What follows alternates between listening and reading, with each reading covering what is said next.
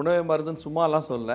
So உணவு பயிற்சி அதே மாதிரி நம்ம எடுக்கக்கூடிய மருந்துகள் வேறு வழியே இல்லைன்னா எல்லா மருத்துவத்துலேயும் ஒவ்வொரு சிறப்புகள் இருக்குது. இப்போ நீங்கள் ஆக்சிடென்ட் ஆச்சு ஒரு சில அது மாடர்ன் மெடிசன் போகிறோம்.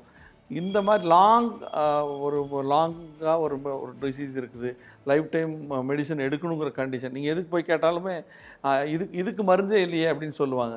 நீங்கள் நிறையா விஷயங்கள் கேட்டிங்கன்னா இதுக்கு மருந்து இல்லை அப்படின்வாங்க. அப்போ எதுக்கு மருந்து இருக்குதுன்னு கேளுங்க. எதுக்குமே மருந்து இல்லை. நீங்கள் ஒரு இன்சோமினியா தூக்கம் இல்லைன்னு போனால் லைஃப் டைம் தான். உங்களுக்கு டிப்ரெஷன் போனால் லைஃப் டைம் தான். நியூரலாஜிக்கல் டிசார்டர் லைஃப் டைம் தான். ஆஸ்துமானா லைஃப் டைம் தான்.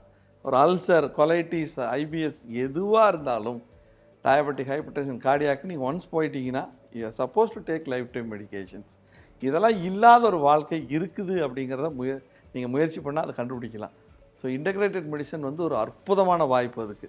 ஏன்னா எல்லா மருந்துகளையும் ஒருங்கிணைத்து நம்ம கொடுக்கும் பொழுது ஒரு நோயை வந்து மல்டிப்புளாக அட்டாக் பண்ணும்போது அந்த நோய் இல்லாமல் போகுது, ஆரோக்கியம் பல மடங்கு கூடும்.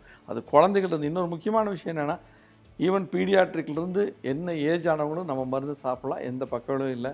அப்புறம் நிறைய பேர் வந்து சொல்கிற மாதிரி அந்த மருந்து எடுக்கிறோம் இது ஒத்து வருமானா அப்படி கிடையவே கிடையாது. நீங்கள் ஒரு ரிஃபைண்ட் ஆயில் எடுக்கிறீங்க, நல்லா செக்கில் ஆட்டுற எண்ணெய் எடுக்கிறீங்கன்னா நீங்கள் மோசமான ஒரு விஷயத்துலேருந்து நல்லதுக்கு தாவறீங்கன்னு தான் அர்த்தம். ஸோ எது கூட வேணாலும் நம்ம மருந்துகளை எடுத்துக்க போடும்போது அந்த எஃபெக்டை நீங்கள் ஃபீல் பண்ணியே தீரலாம்.